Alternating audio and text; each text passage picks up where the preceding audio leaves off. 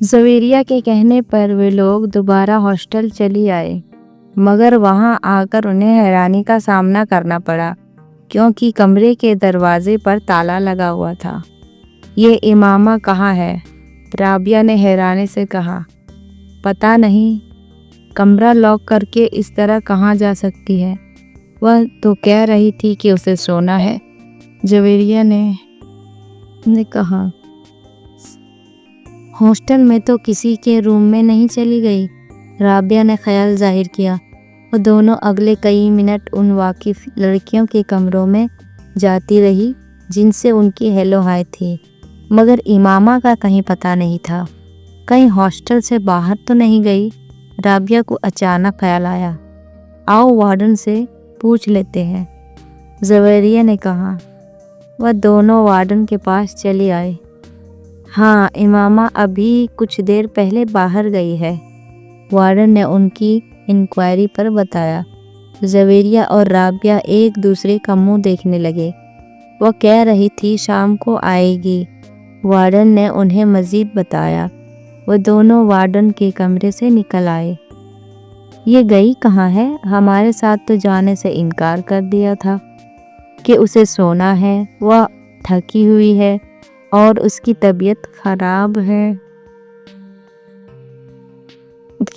خراب ہے اور اب اس طرح غائب ہو گئی، رابعہ نے الجھے ہوئے انداز میں کہا۔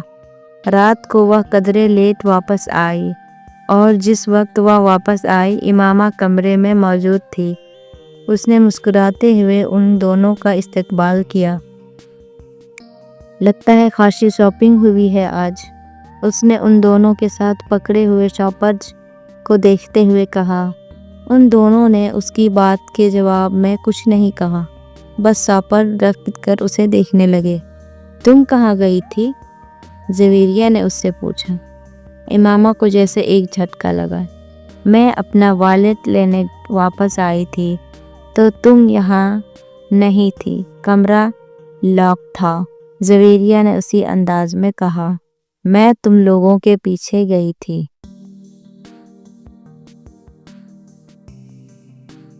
کیا مطلب؟ زویریہ نے کچھ نہ سمجھنے والی انداز میں کہا۔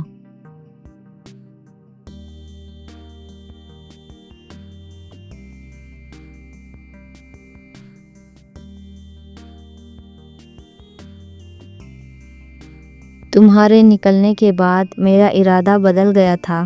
میں یہاں سے زینب کی طرف گئی کیونکہ تم لوگوں کو اسے پک کرنا تھا، مگر اس کے چوکیدار نے بتایا کہ تم لوگ پہلے ہی وہاں سے نکل گئے ہو، پھر میں وہاں سے واپس آ گئی۔ راستے میں کچھ کتابیں لی تھی میں نے، امامہ نے کہا۔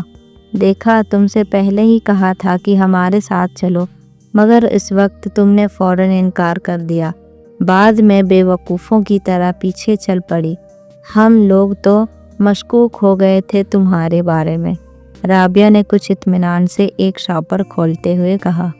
امامہ نے کوئی جواب نہیں دیا، وہ صرف مسکراتے ہوئے ان دونوں کو دیکھتی رہی۔ وہ دونوں اب اپنے شاپر کھولتے ہوئے خریدی ہوئی چیزیں اسے دکھا رہی تھی۔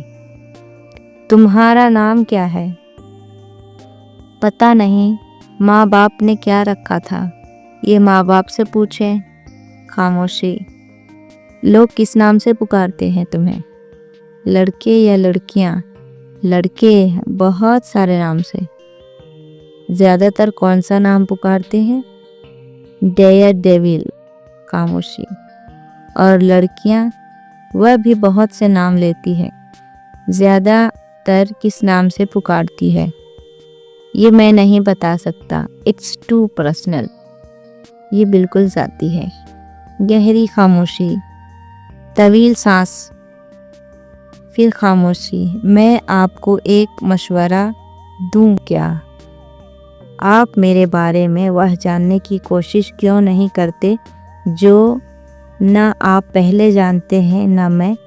آپ کے دائیں طرف ٹیبل پر جو سفید فائل پڑی ہے اس میں میرے سارے پارٹیکولرز موجود ہیں، پھر آپ وقت ضائع کیوں کر رہے ہیں؟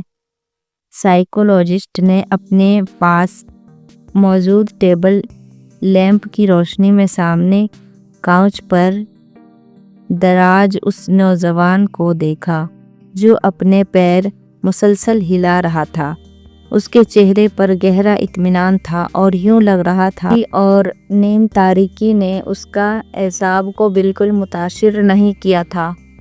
وہ بات کرتے ہوئے وقتاً فوقتاً کمرے میں چاروں طرف نظریں دوڑا رہا تھا۔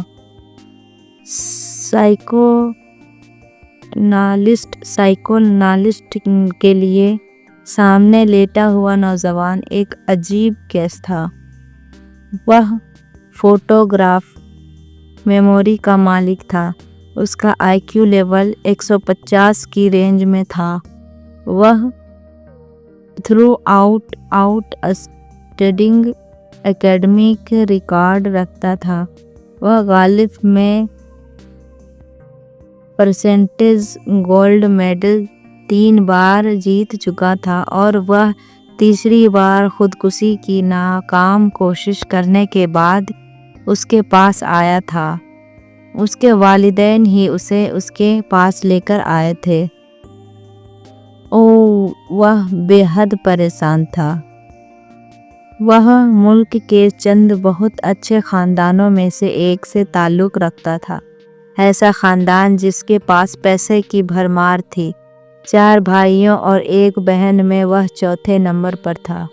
2 بھائی اور 1 بہن اس سے بڑی تھی۔ اپنی ذہانت اور قابلیت کی وجہ سے وہ اپنے والدین کا بہت زیادہ چہیتا تھا۔ اس کے باوجود پچھلے 3 سال میں اس نے 3 بار خودکشی کی کوشش کی۔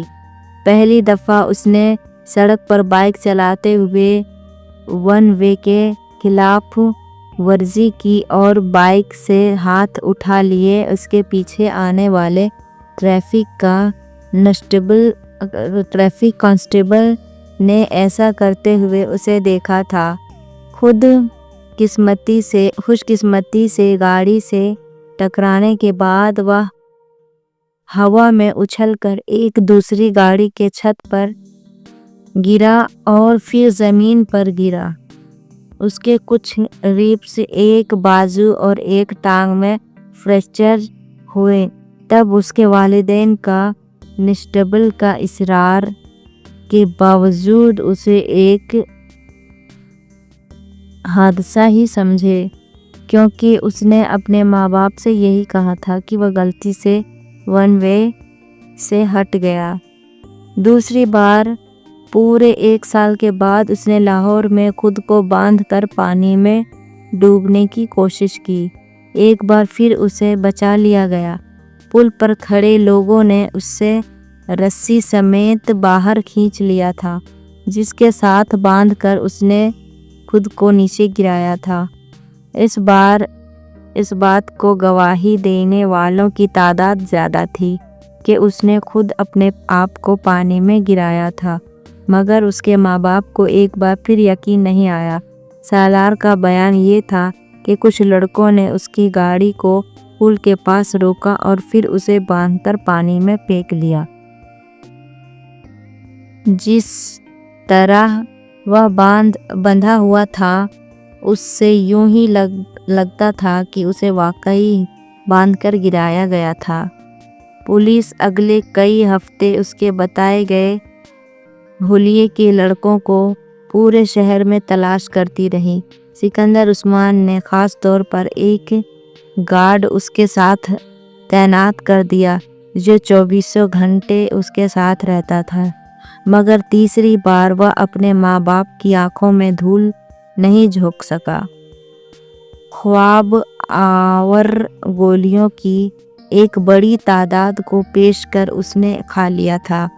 گولیاں کی تعداد اتنی زیادہ تھی کہ معدہ اس واس کرنے کے باوجود اگلے کئی دن وہ بیمار رہا تھا۔